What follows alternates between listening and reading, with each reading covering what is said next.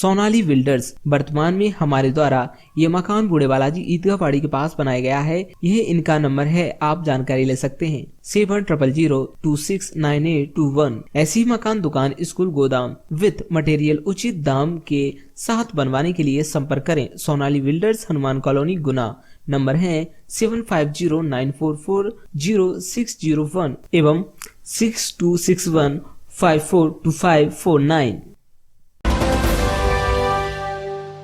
दर्शकों नमस्कार, आप देख रहे हैं सिटी चैनल गुना। मैं हूं आपके साथ कैलाश कुशवाहा।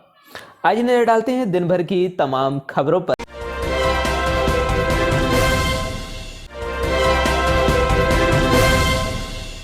चोरी की बड़ी वारदात, चोरों के निशाने पर अशासकीय कार्यालय। गुना जिले में चोरी की वारदातें अशासकीय कार्यालयों में होने लगी हैं। ताजा मामला पुरानी कलेक्ट्रेट में बने जिला जनसंपर्क कार्यालय में हुई चोरी की वारदात का है। इस कार्यालय में अज्ञात चोरों ने लाखों रुपए का सामान चोरी कर लिया।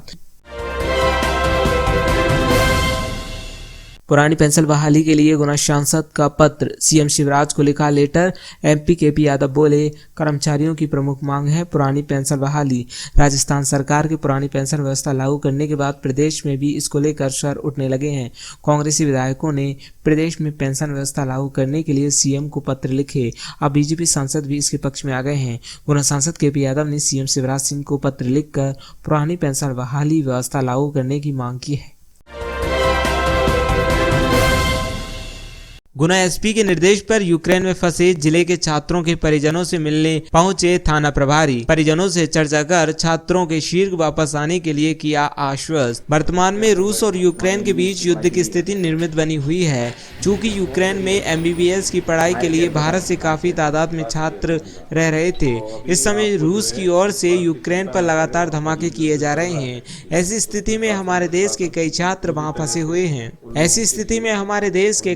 वहां फंसे हुए हैं। यूक्रेन में फंसे भारतीय छात्रों में मध्य प्रदेश से काफी छात्र शामिल हैं, जिसमें गुना जिले के 2 छात्र हैं।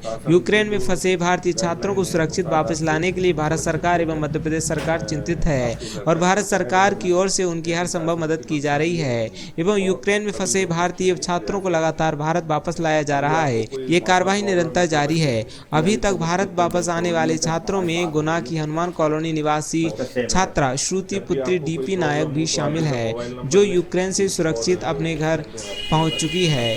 पुलिस मुख्यालय से वरिष्ठ अधिकारियों के निर्देशों पर गुना पुलिस अधीक्षक राजीव कुमार मिश्रा द्वारा जिले से यूक्रेन में फंसे छात्रों के परिजनों से मिलकर उनसे चर्चा करने एवं उनके बच्चों को सुरक्षित वापस आने के लिए आश्वस्त करने हेतु संबंधित थाना प्रभारियों को निर्देश दिए गए, जिसके तहत रावगढ़ थाना क्षेत्र के ग्राम बाड़ा अमाल्या निवासी छात्र कुलदीप धाकड़ के परिजनों से मिलने के लिए रावगढ़ थाना प्रभारी निरीक्षक अवनीश शर्मा गत दिवस ग्राम बड़ा अमाल्या पहुंचे और छात्र कुलदीप धाकड़ के पिता शैतान सिंह धाकड़ व अन्य परिजनों से मिलकर उनसे चर्चा की गई। उनके बच्चे के सुरक्षित वापस आने का आश्वासन दिया और उनकी स्थिति जानी। कुलदीप अभी यूक्रेन से सुरक्षित हंगरी पहुंच गया है, जहां से भारत सरकार द्वारा जिसे शीघ्र वापस भारत लाया जाएगा।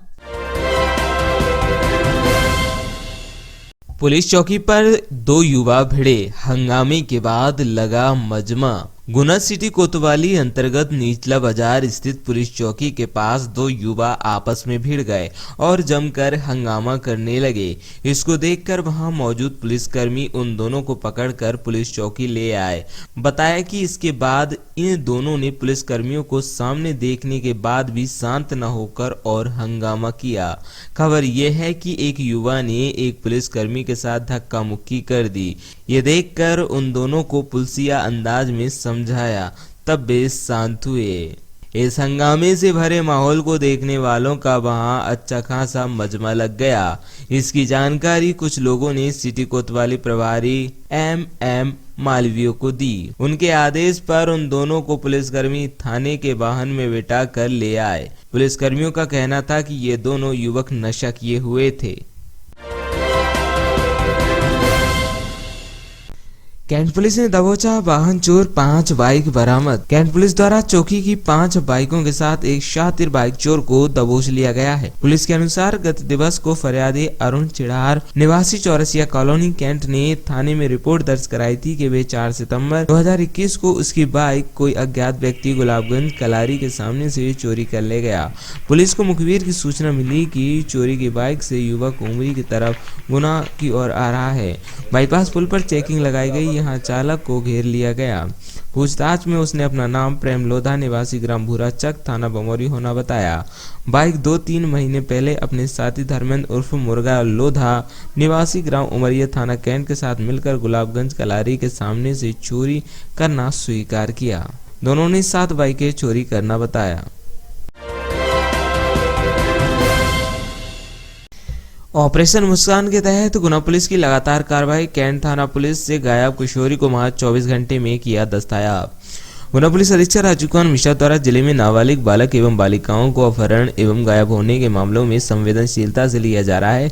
इस प्रकार के मामलों में अपहृत किशोर किशोरी की शीघ्र दस्तयाबी हेतु उनके द्वारा जिले में एक विशेष अभियान ऑपरेशन मुस्कान चलाया जा रहा है, जिसके तहत गुना पुलिस द्वारा जिले से गायब अथवा अपहृत नाबालिग बालक बालिकाओं को एक के बाद दस्तयाब कर उनके परिजनों को मिलाया जा रहा है। इसी सिलसिले में सीएसपी गुना आकाश अमलेकर के मार्गदर्शन में गत दिवस कैंट थाना पुलिस द्वारा थाना क्षेत्र से अपहृत 16 वर्षीय एक किशोरी को मात्र 24 घंटों के भीतर दस्तयाब करने में सफलता प्राप्त की गई।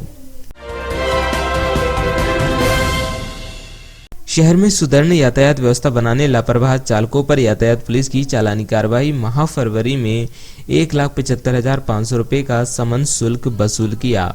गुना शहर की यातायात व्यवस्था को सुदृढ़ एवं सुगम बनाए जाने हेतु गुना पुलिस अधीक्षक राजू कुमार मिश्रा द्वारा यातायात पुलिस अधिकारियों को निरंतर निर्देश दिए जा रहे हैं, जिसके परिपालन में यातायात उप पुलिस अधीक्षक मुकेश दीक्षित के मार्गदर्शन में यातायात थाना प्रभारी सूबेदार हर्ष यादव एवं उनकी यातायात टीम द्वारा शहर की यातायात व्यवस्था को सुदृढ़ बनाए जाने हेतु विगत माह फरवरी 2022 को बिना हेलमेट धारण किए 2 पहिया वाहन चालकों के विरुद्ध 168 वाहन चालन के दौरान मोबाइल पर बात करने वाले चालकों के विरुद्ध 44 चालान, वाहन चालन के दौरान यातायात संकेतों का उल्लंघन करने वाले वाहन चालकों के विरुद्ध 20 चालान एवं मोटर व्हील एक्ट के अन्य धाराओं सहित कुल 347 चालान किए जाकर कुल 1,75,000 रुपये का समन शुल्क वसूल किया। 15 वर्षीय किशोर ने जहरीला पदार्थ खाकर की आत्महत्या। जिला अस्पताल में किया गया शव का बुधवार को पोस्टमार्टम। गुना जिले के फतेहगढ़ थाना क्षेत्र अंतर्गत एक 15 वर्षीय किशोर ने अज्ञात कारणों के चलते जहरीला पदार्थ खा लिया, जिससे उसकी मौत हो गई। बुधवार को शव का पीएम करने के बाद परिजनों को सौंप दिया गया है। मिली जानकारी अनुसार ग्राम डिगडोली के रहने वाले हेमराज भील उम्र 15 वर्षीय पुत्र नंद किशोर भील ने अज्ञात कारणों के चलते जहरीला पदार्थ खा लिया। परिवार उस समय फसल काटने दूसरे गांव गया हुआ था। घटना की सूचना परिजनों को जैसे ही लगी, वे घटनास्थल पर पहुंचे और आनन फानन में प्राथमिक उपचार के लिए फतेहगढ़ स्वास्थ्य केंद्र ले जाया गया, जहां से उसे जिला चिकित्सालय रेफर कर दिया गया। जिला चिकित्सालय में उपचार के दौरान उसकी मौत हो गई। वहीं बुधवार को शव का पीएम करने के बाद परिजनों को सौंप दिया गया है। पुलिस ने मर्ग कायम कर जांच शुरू कर दी है।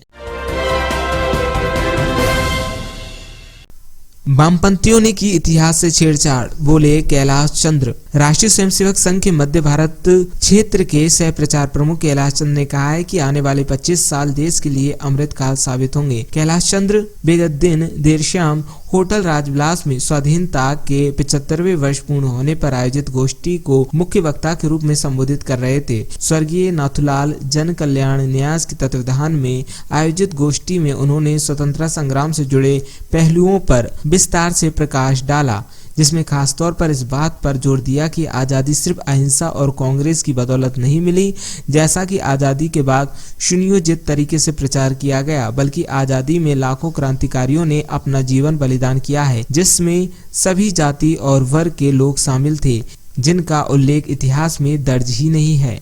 कारण वामपंथी विचारधारा से जुड़े इतिहासकारों ने इतिहास से छेड़छाड़ करते हुए उसे गलत तरीके से प्रस्तुत किया।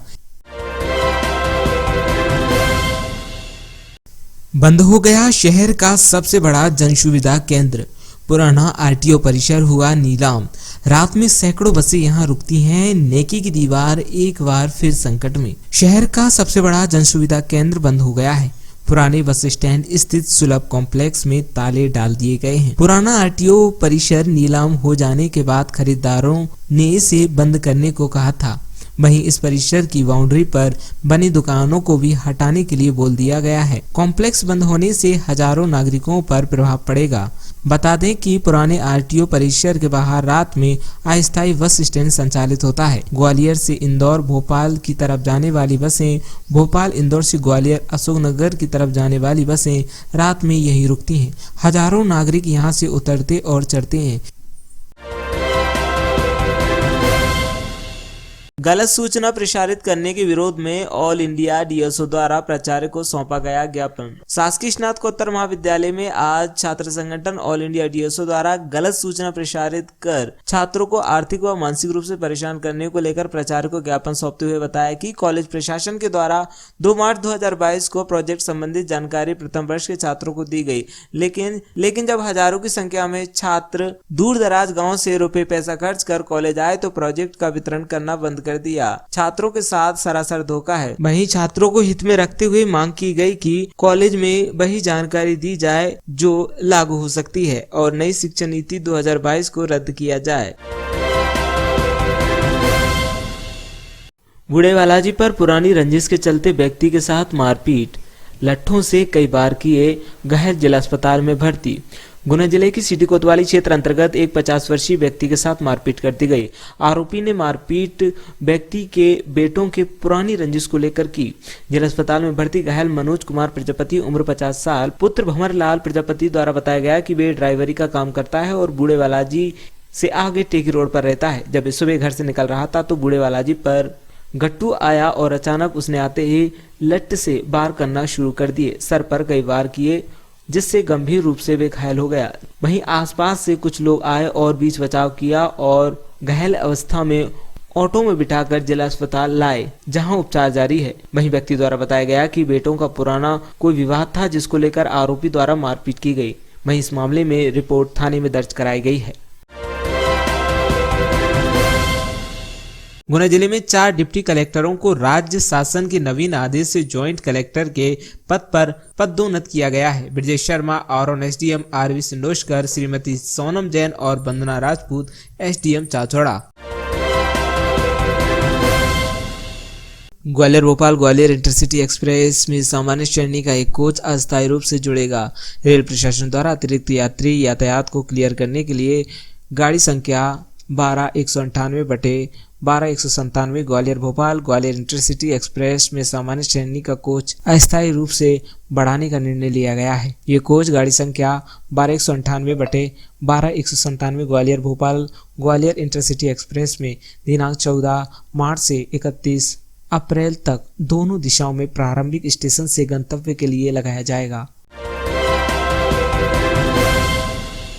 पश्चिम मध्य रेल की 5 यात्री गाड़ियों में 250 से अधिक कोचों में अनारक्षित सामान्य श्रेणी की सुविधा हुई बहाल। भोपाल मंडल की 16 यात्री गाड़ियों में अनारक्षित सामान्य श्रेणी की सुविधा बहाल। रेल प्रशासन द्वारा कोविड-19 के दौरान यात्रियों की सुरक्षा को ध्यान में रखते हुए यात्री गाड़ियों में सामान्य श्रेणी को आरक्षित किया गया था। कोविड-19 की परिस्थितियां सामान्य होने पर रेलवे द्वारा यात्री सुविधाओं की बस सेवाओं को चरणबद्ध तरीके से बहाल किया जा रहा है।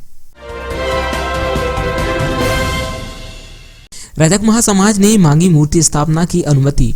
रजक महासमाज मध्य प्रदेश संगठन जिला गुना इकाई ने आज अपने पदाधिकारियों के साथ मुख्य नगर पालिका अधिकारी को पत्र सौंपकर शहर में 2 जगह मूर्ति लगाने की अनुमति चाही।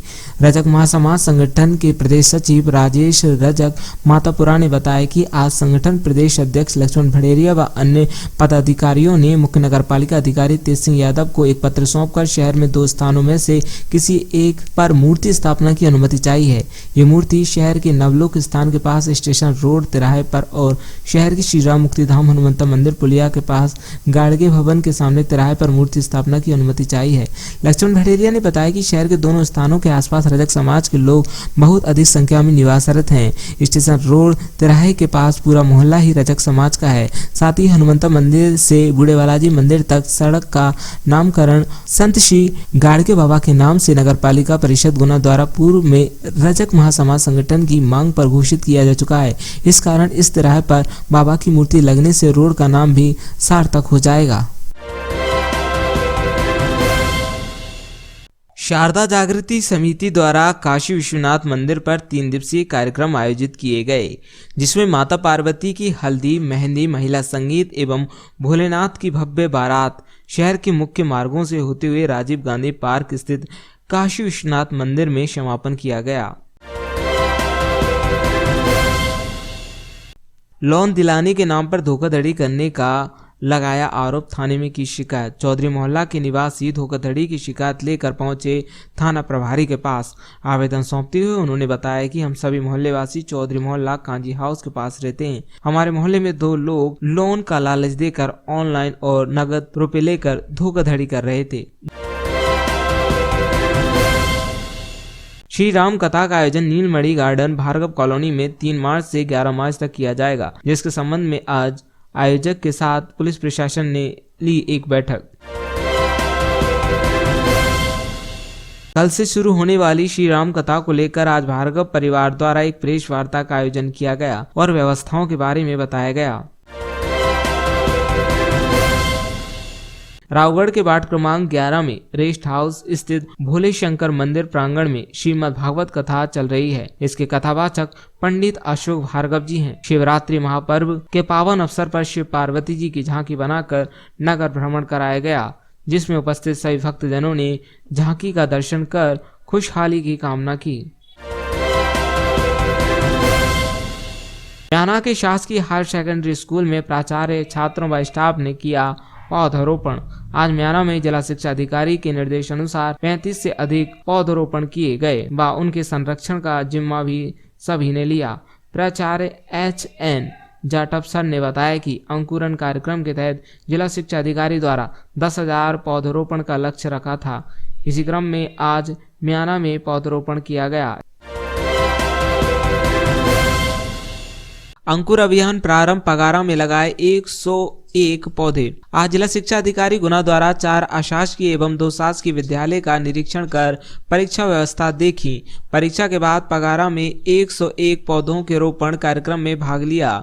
2 मार्च को अंकुर अभियान में पौधरोपण हेतु कलेक्टर गुना द्वारा शिक्षा विभाग के लिए निर्धारित की गई थी। इसी क्रम में आज जिला शिक्षा अधिकारी चंद्रशेखर सिसोदिया द्वारा बोर्ड परीक्षा में कक्षा 10 में विज्ञान की परीक्षा में गुना के Gurukul higher secondary, Dayal higher secondary, Sharda higher secondary, national higher secondary, शासकीय बालक उच्चतर माध्यमिक विद्यालय कैंट एवं शासकीय कन्या हायर सेकेंडरी कैंट स्कूल के परीक्षा केंद्रों का निरीक्षण किया गया। शारदा विद्यालय गुना में एक छात्र बाल सुधार गृह से परीक्षा देने आया, जिसकी बहन एक प्रकरण में बंद होने से जेल से परीक्षा दे रही है।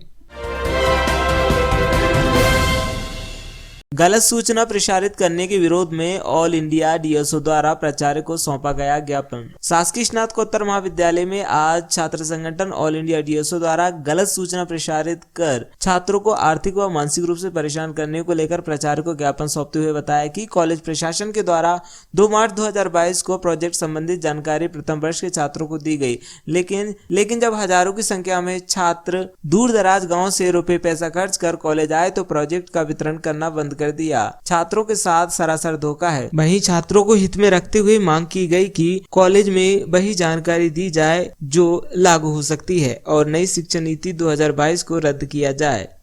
जी, समस्या एक्चुअल क्या है वो प्रिंसिपल सर से अगर आप पूछेंगे तो और अच्छा पता चलेगा, क्योंकि बच्चों को समझ में नहीं आ रहा है समस्या क्या है। बच्चों को सिर्फ यहाँ पे बोला जा रहा है कि आप लाइन में लगो, है ना, आपको फोन आएगा, कल आपको कॉलेज आना है, 1 घंटे पहले बता देंगे आपको कॉलेज में ये काम जो आपके लिए बुलाया गया था वो आपको नहीं कराया जाएगा।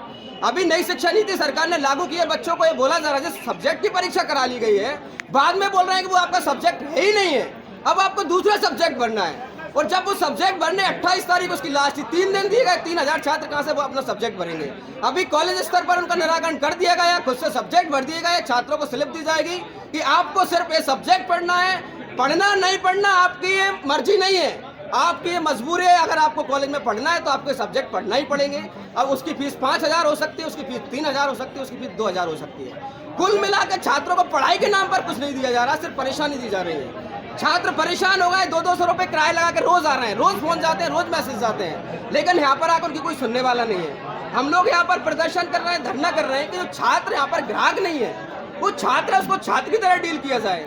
हम लोग यहाँ पर मांग कर रहे हैं कि जो प्रॉब्लम क्रिएट हुई है उसका सोल्यूशन निकाला जाए। जो छात्र जिन प्रोजेक्ट बन रहे हैं उनकी बिल्कुल सही जानकारी दी जाए, गलत जानकारी देकर अफवाह ना किया जाए। इन मांगों को लेकर हम लोग यहाँ पर सर से बात करने के लिए आए हैं। सर बात करेंगे तो हम लोग उनसे बात करने की कोशिश करेंगे, नहीं करेंगे तो हम लोग अभी कलेक्टर डेली निकालकर मार्केट से उतरने जाएंगे। सर ने बात की है कि आश्वासन मिला ये बात? सर यहाँ पर बात कर रहे हैं चूंकि ये प्रॉब्लम एक महाविद्यालय की नहीं है, सर ने भी जिस ढंग से कर सकते थे उन्होंने कोशिश की है, लेकिन छात्रों का सोल्यूशन नहीं निकल रहा है, क्योंकि ओवरऑल प्रॉब्लम है। नई शिक्षा नीति में जो बातें की गई हैं वो सरकार को खुद पता नहीं वो क्या बोल रही है, उसको समझ में आता है गलत हो गया, आप दोबारा से करो। एक्सपेरिमेंट कौन बन रहा है, प्रयोगशाला कौन को समझ रहे हैं, छात्र पर पूरे प्रयोग किए जा रहे हैं। जब आप छात्र पर क्यों प्रयोग करोगे, आप अपने पहले उसको प्लान बनाओ, छात्रों से राय लो, शिक्षकों से राय लो कि आपको क्या करना चाहिए। कोई राय नहीं ली जा रही है, तानाशाही फरमान सुनाए जा रहे हैं। हम लोग इसका विरोध करते हैं, नहीं होगा। छात्र यहाँ पर पढ़ने के लिए आपको छात्रवृत्ति देनी चाहिए, आवास योजना की राशि देना चाहिए, लेकिन आपको नहीं दे रहा है। आप क्या बोल रहे हो, हमें प्रॉब्लम दे रहे हो। तो इसको लेकर हम लोग बात करने के लिए आए हैं और ये काफी लंबे समय से प्रॉब्लम चल रही है। अगर सोल्यूशन नहीं होगा तो हम लोग यहाँ से नहीं हटेंगे। क्या नाम है आपका? जी मेरा नाम राधेश्याम चंदेल, अध्यक्ष कॉलेज का EIDS हूँ। और ये क्या समस्या लेके आए थे? ये DSU के छात्र थे और इनका उद्देश्य रहता है कि छात्र जब किसी भी टॉपिक इकट्ठे होते हैं तो इनको एक संभावना में लेकर एक ज्ञापन देना इनका उद्देश्य रहता है। मेन चीज़ क्या था कि प्रोजेक्ट का कार्य आज से शुरू होना था। आज के लिए बच्चे नहीं बुलाए गए थे कि 2 तारीख को ही प्रोजेक्ट मिलेगा, 2 तारीख से प्रारंभ होगा। कुछ बच्चे आ गए थे, उनके लिए कुछ प्रोजेक्ट जैसे BCom में हमने प्रोजेक्ट लगा दिए हैं कि इन पर प्रोजेक्ट बनाएं। अन्यथा छात्र ने जो सब्जेक्ट मेजर लिया है या माइनर लिया है उसमें से उसको प्रोजेक्ट बनाना है। यदि छात्र को कोई दिक्कत हो रही है तो उसके लिए हमने नोडल अधिकारी नियुक्त कर दिए हैं और उनसे कॉन्टेक्ट करके अपनी समस्या का समाधान कर सकता है। मैंने छात्रों को यही बताया है कि हमारे नोडल अधिकारी हैं, आपको अगर समझ में नहीं आ रहा है टॉपिक तो 24 घंटे वो आपके उसमें उपस्थित है। जब भी आप फोन करेंगे उसका जवाब देगा वो। आप महाविद्यालय में उपस्थित होंगे महाविद्यालय टाइम में तो आपकी समस्या का निवारण प्रत्यक्ष में कर देगा। जी ठीक। कौन से छात्रों के प्रोजेक्ट वितरण होना था सर? जी बीए मतलब फर्स्ट ईयर के छात्रों को प्रोजेक्ट वितरण होना है। आज की तारीख दी गई थी आपको? आज से प्रारंभ थी। 150-200 छात्र आए हैं दूर दराज से, उनका ये कहना था परेशानी का सामना करना पड़ा। नहीं परेशानी, हमने प्रोजेक्ट लगवा दिए। छात्रों के BCom का प्रोजेक्ट लग चुका है, कुछ के प्रोजेक्ट हैं वो लग रहे हैं। आधे घंटे में सब विभागों में प्रोजेक्ट लग जाएंगे।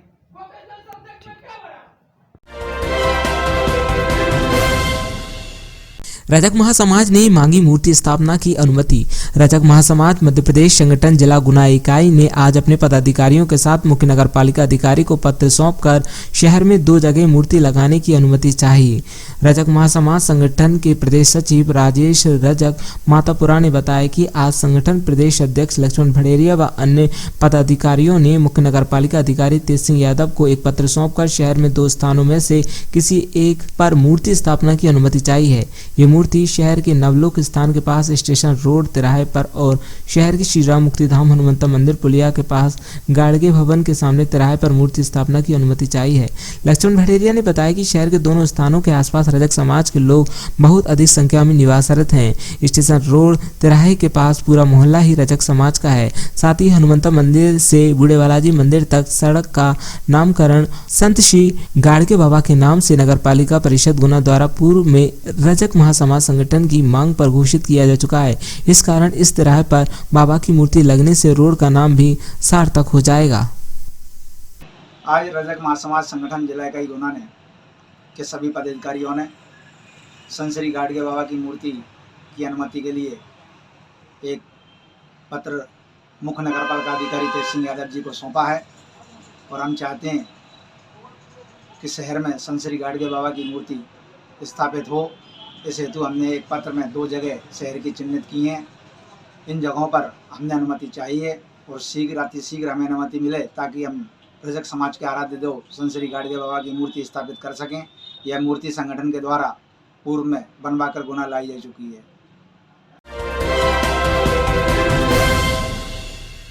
लोन दिलाने के नाम पर धोखाधड़ी करने का लगाया आरोप, थाने में की शिकायत। चौधरी मोहल्ला के निवासी धोखाधड़ी की शिकायत लेकर पहुंचे थाना प्रभारी के पास।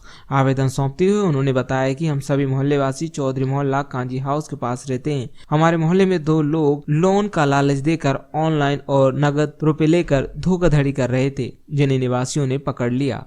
मेरा नाम गोलू हो जाए। क्या समस्या है, ये क्या लेकर आया मामला? राकेश रघुवंशी है। ये आया था पब्लिक को तो फ़ोन पे वाला बिजनेस फ़ोन पे बनाने के लिए, तो किसी से 250 रुपये लिए लोन का बोल रहा था। 50,000 रुपये का लोन प्राप्त करूँगा, तो आप ऐसा फॉर्म भरिए, आधार कार्ड, पैन कार्ड। इन्होंने पैन कार्ड बनवाए, कुछ लोगों को पैन कार्ड नहीं थे, कुछ लोगों ने पैन कार्ड भी बनवाए। इसके बाद इन्होंने डॉक्यूमेंट उसको दिए, उसने बोला 1 महीने में पूरा काम हो जाएगा आपका, और करीबन इनकी किस्त आएगी 320 रुपये आएगी गई, इसने बोला राकेश रघुवंशी ने। फिर इसके बाद करीबन 1 महीने से ऊपर हो गया, तो इससे कहने लगा 1 तारीख से 10 तारीख के बीच में काम हो जाएगा आपका। तो इसको कॉल किया तो कॉल नहीं उठाता, कहता है तुम्हारे काम से इंदौर आया हूँ। तो इंदौर आने के बाद कहने लगा 1-2 दिन में हो जाएगा, ये अब 10 तारीख की 15 तारीख को हो जाएगा। तो फिर भी नहीं हुआ। इसका मोबाइल बंद कर लेता है बार बार, कभी कभी लगता है तो इससे बोलते हैं क्या हो रहा है भैया तुम्हारा ही काम। आज कितने दिन हो गए? लगभग हो चुके हैं 2.5 महीने से 2.5-3 महीने हुए हैं। तो फिर कैसे क्या पकड़ा हुआ है? क्या ये पकड़ा ऐसे हुआ है, मैंने इसका जो व्यक्ति साथ में था उसको कॉल किया, तो वो उसने तो कॉल उठाया मेरा, उसने बात करी भैया मैं अभी मेरे घर में शादी वगैरह है, मैं नहीं आ पाऊँगा, तो मैंने टाइम बता दो मुझे कब तक आए वो। तो ये बोलता 25 तारीख में 26 तारीख तक आ जाऊँगा। तो कुछ दिन तक उसका भी फ़ोन लगा तो उसका भी फ़ोन बंद हो गया। तो गलती से मुझे ये कंडलगंज में मिल गया है, तो कंडलगंज में मैंने इसको देखा, मैंने कि ये कौन है, इसको पहचाना मैंने, क्योंकि मुझे मिला। मैंने फिर भी मुझे विश्वास दिला रहा है कि 1 तारीख के 4 तारीख और 5 तारीख के बीच में पूरे सब लोगों को पैसे वापस लौटा दूंगा, लोन पास नहीं हुआ तो इस पे तो मुझे विश्वास नहीं हुआ। तो इसको मैं लेके गया पब्लिक के सामने, सब लोगों के सामने लेके आया हूँ। मैं क्यों लेके आया हूँ? जो गरीबों का जो 200-250 रुपये कमाते थे, तो उसका इसने फॉर्म भरा 200-250 रुपये से बेचारा रोजंदारी से, तो उसका तो चूल्हा पर जाके आ गया जी। अपने लोगों का कुछ नहीं था। कितने दिन का बोला था लोन देने का? लोन दोनों का बोला था इसने 1 महीने का बोला। ऐसे कितने लोग हैं जो फंसे हुए हैं? करीबन 200-250 लोग हैं, अभी भी और पब्लिक है अपने पास। और रोटियाई में भी इन्होंने पूरी रोटियाई में सब में 300-300 रुपये से फॉर्म भरा है। 80 रुपये से स्टार्ट किया था, तो करीबन ये पहुँच गया 350 तक। 350 तक। कल से शुरू होने वाली श्री राम कथा को लेकर आज भार्गव परिवार द्वारा एक प्रेस वार्ता का आयोजन किया गया और व्यवस्थाओं के बारे में बताया गया। कल 3 मार्च 2022 से अपने यहाँ राम कथा का प्रारंभ होगा। जगत गुरु रामानंदाचार्य श्री राम भद्राचार्य जी महाराज जी चित्रकूट गीता दीक्षक पधार रहे। कल अपनी शोभा यात्रा शुरू होगी 11 बजे राम भक्त हनुमान मंदिर से प्रारंभ होकर हाट रोड, सदर बाजार, लक्ष्मीगंज, बेजू चौराहा होकर कथा स्थल पे आ जाएगी और 2 बजे से कथा प्रारंभ हो जाएगी। ये 2 बजे से 5 बजे का समय है और 11 तारीख तक ये सतत 9 दिवसीय राम कथा का आयोजन है। 9 दिन चलेगा और भगवान की कृपा से जगत गुरु पधार रहे। ये पूरे शहर के लिए सौभाग्य की बात है कि हम सब उनके अमृतमयी वचनों का आनंद उठाएंगे, लाभ उठाएंगे। सभी श्रद्धालुओं से निवेदन है कि अधिक से अधिक संख्या में पधार कर कथा यात्रा का आनंद लें। भार्गव परिवार का संकल्प कब तक है? ये कथा कब तक चलेगी? पूज्य पिताजी के संकल्प अनुसार 12 कथाएं तो पिछली बार विराम हो गई थी, लेकिन ईश्वर की असीम अनुकंपा है कि हम दोनों भाइयों का ऊपर जो बड़ा बाबू जी का आशीर्वाद है कि पुनः ये कथा अपन कर पा रहे हैं। ये ईश्वर की और पूज्य माता जी पिताजी के आशीर्वाद से संभव है। रावगढ़ के वार्ड क्रमांक 11 में रेस्ट हाउस स्थित भोले शंकर मंदिर प्रांगण में श्रीमद् भागवत कथा चल रही है। इसके कथावाचक पंडित अशोक भार्गव जी हैं। शिवरात्रि महापर्व के पावन अवसर पर शिव पार्वती जी की झांकी बनाकर नगर भ्रमण कराया गया, जिसमें उपस्थित सभी भक्तजनों ने झांकी का दर्शन कर खुशहाली की कामना की।